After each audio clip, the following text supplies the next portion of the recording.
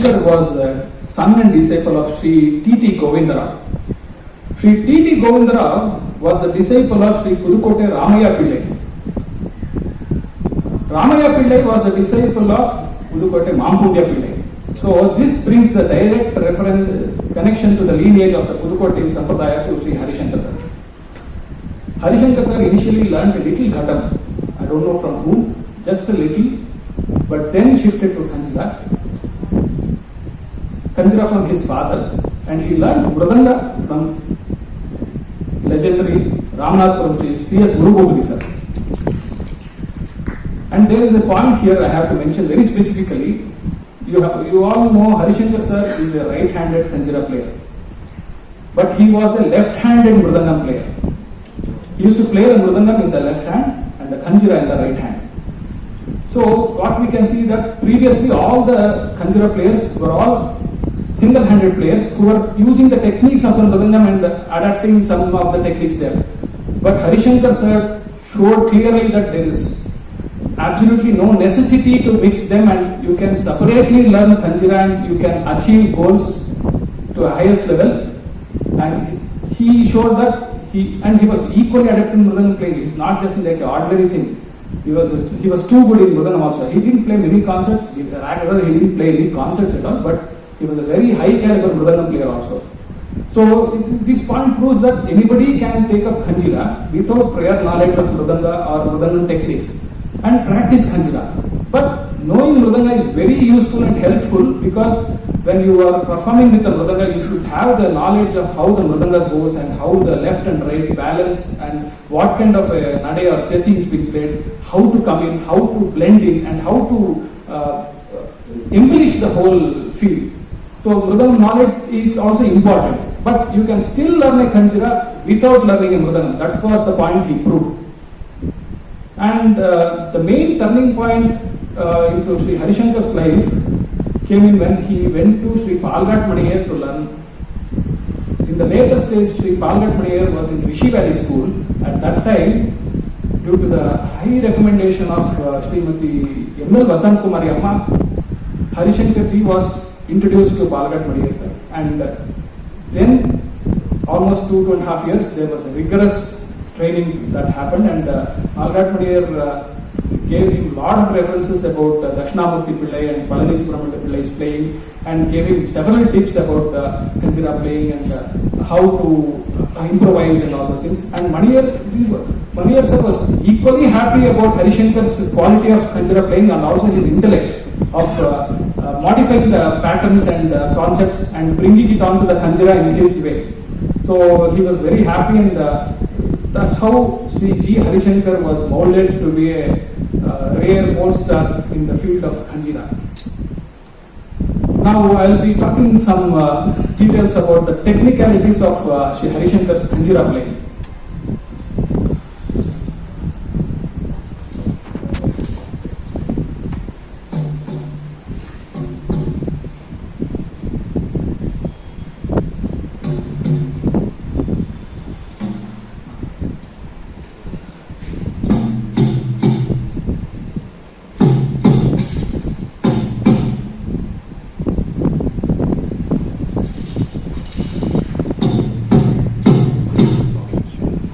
Usually, when you see any videos or any demonstrations about Khanjara, the first thing they will say that Khanjara has only two tones, one closed stroke and one open stroke. That's the usual common definition for a Khanjara playing technique is given. But there are three tones. There are three tones distinctively heard in a Khanjara. That's the sharp tone, mid tone, and the bass tone.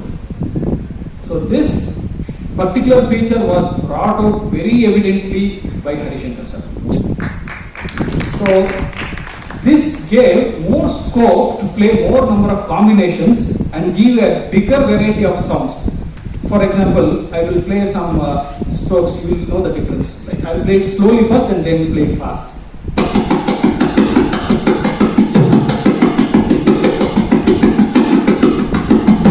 So you can see the difference.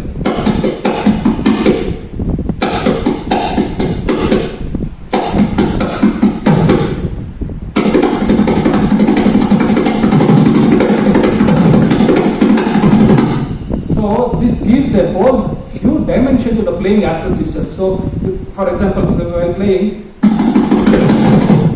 so you need not go to the front and play the sharp. All these phrases were devised by Harishankar sir, I could say, very easily. And also playing of the, or all these phrases were not heard in the Khanjara before Harishankar sir. And that too in that kind of speed. Like he used to play this in Chaturshra Melkala.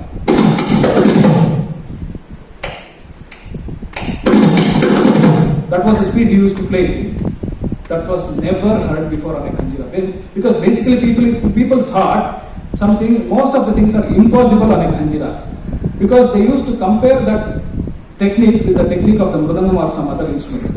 Khanjara individually was capable of many other things which was totally, evidently and most prominently brought out by Sri Harishankar sir. And playing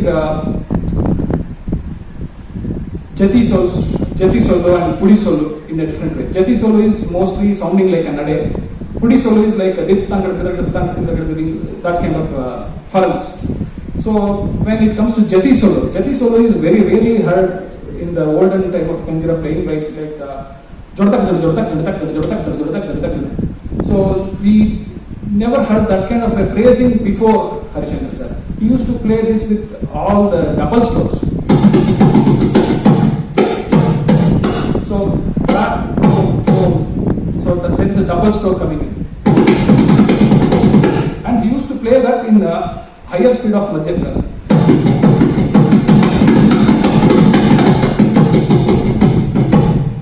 All these kinds of phrasings were totally introduced by Harishankar sir.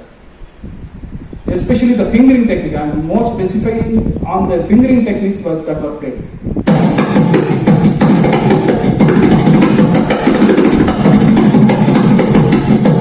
All these kinds of phrasings and embellishing these kind of phrasing at a higher level, adding on this.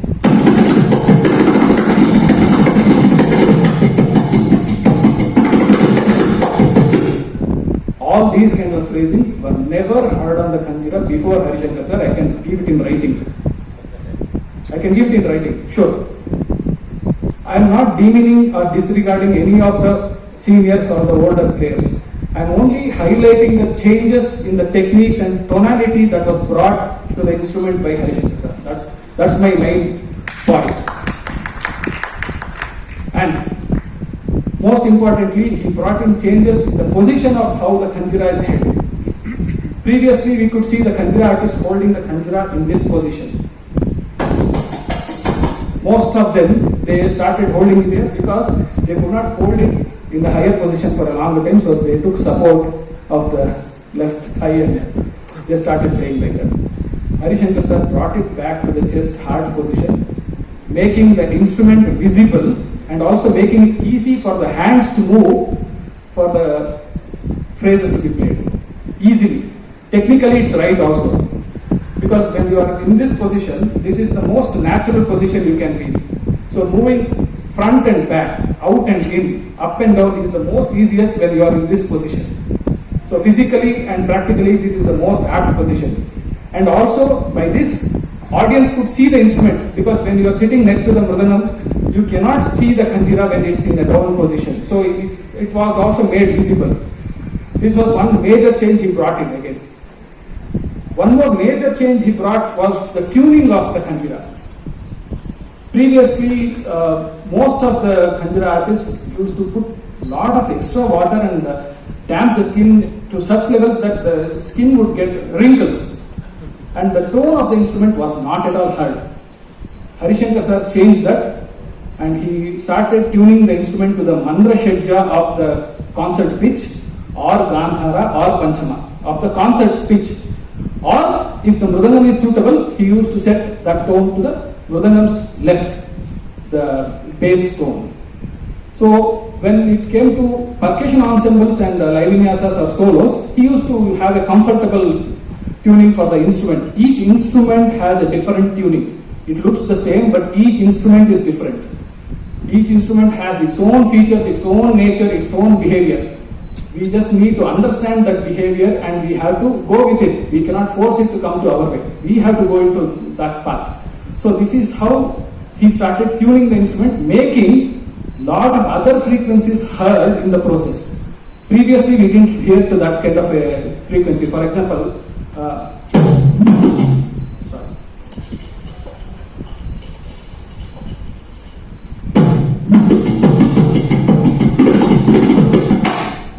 so you could listen to the ta going to the top. So that was effortless because the tuning of the instrument helped me go there. I didn't actually bang it. There is no necessity to also bang it. And he used to always insist on playing the Khanjara more with the index finger, not with the other three fingers.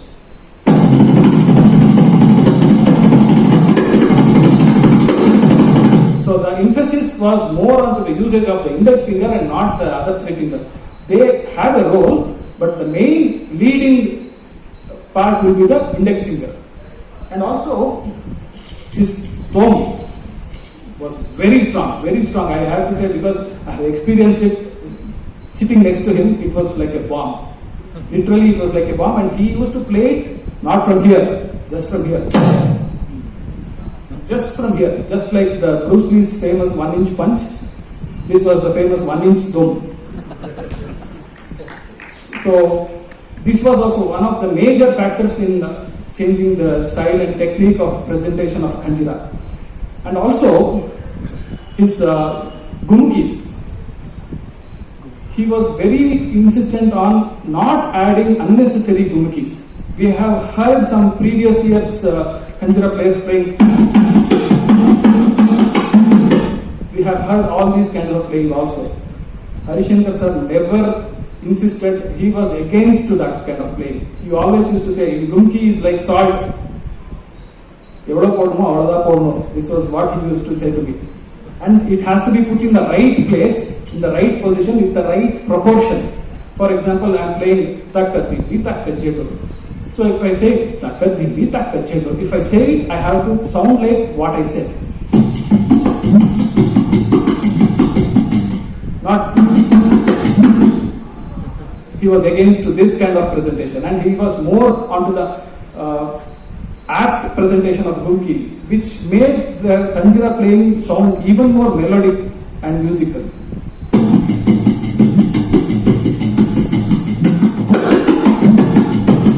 So you could see where and all I could use the gumki just to give a small variation, but the impact was too much. You can note the difference. This was a major change again in the playing of Khanjara itself, because that brought out more musical qualities of the instrument and made it sound better and made it sound approachable to the audience also. People started enjoying that playing also. And about high-speed ferns, I have no words to say. Everybody knows those were the fastest set of hands on Khanjara ever to be born. So I can give it in writing on bond paper. And so some of the patterns he played like that.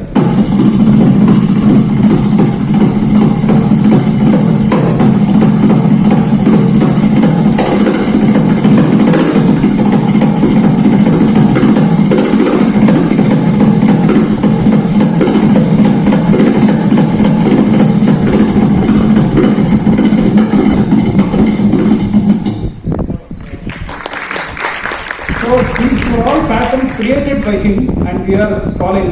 I always tell for reaching to a destination we use GPS. To reach a destination in Khanjara we have to use GHS. Simple. G Harishankar. That's the only way we can achieve this in Khanjara. So you take that path. You always reach the destination. And the biggest inspiration that he trained very few students, but he is like a Jagat Guru. There are many people who are inspired by his playing, inspired by his style of playing, and anybody and everybody who has taken up Khanjara after Harishankar sir, even his contemporaries, tried to imitate, mimic or copy his style. I'm saying this categorically because that's the major change he brought into the approach and playing of Khanjara. That was so impressive and people started taking that, and that has become the style and tradition of Khanjara playing for generations there to here, from here to next many generations. I can clearly state that because that's the most apt way of playing Khanjara for following also, for solo, for whatever the presentation you are trying to do. And we all know that Harishankar sir was a genius in calculations. But the most important factor was when the koruku or the reduction was played, he used to play the reverse of the koruku without any practice. On stage, he used to do that. Like for example, he used to play the exact reverse of that. Exact reverse and not practice. On the spot he used to do that. And he used to do it for any other combination also. I am just mentioning a most common pattern where you can easily see the reverse. He used to play. So that was never done on any instrument, especially on Khanjara in a reduction. That became a highlight of his presentation in concerts. People used to come to Taniya Vartanas. That's a major fact. Usually people walk out of Taniya Vartanas. People used to come to Taniya Vartanas, seeing his name. I know many people who used to read the list from down to up. They used to see his name and come to concerts. I know many people. They have said it to me. So these are all the main changes he brought into the Khanjara playing and technique. And also bringing out the Tadita Kradam. That is also one main aspect because Tadita Kradam is a difficult thing to play. So it was an easy adaptation. So people started, they were playing Tadikinato in that way. They started playing in their own fingering, of course. This is the fingering thought to be my Harishankar sir, but they started,